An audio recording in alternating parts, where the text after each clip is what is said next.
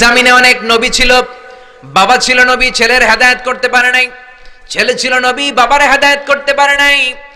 স্বামী ছিল নবী, বিবির হেদায়েত করতে পারে নাই। এই জমিনে অনেক বিবি ছিল আল্লাহর প্রিয় বান্দি, স্বামীর হেদায়েত করতে পারে নাই। কোন ঠিক কিনা? সাইয়েদনা ইব্রাহিম আলাইহিস সালাম তিনি ছিলেন নবী, উলুল আজমি মিনার রাসূল, জালিল কাদার পয়গম্বর। তার বাবা আজহার ছিল কট্টর কাফের মুশরিক ছিল। ছেলে নবী হয়েও বাবার কিন্তু হেদায়েত করতে পারে।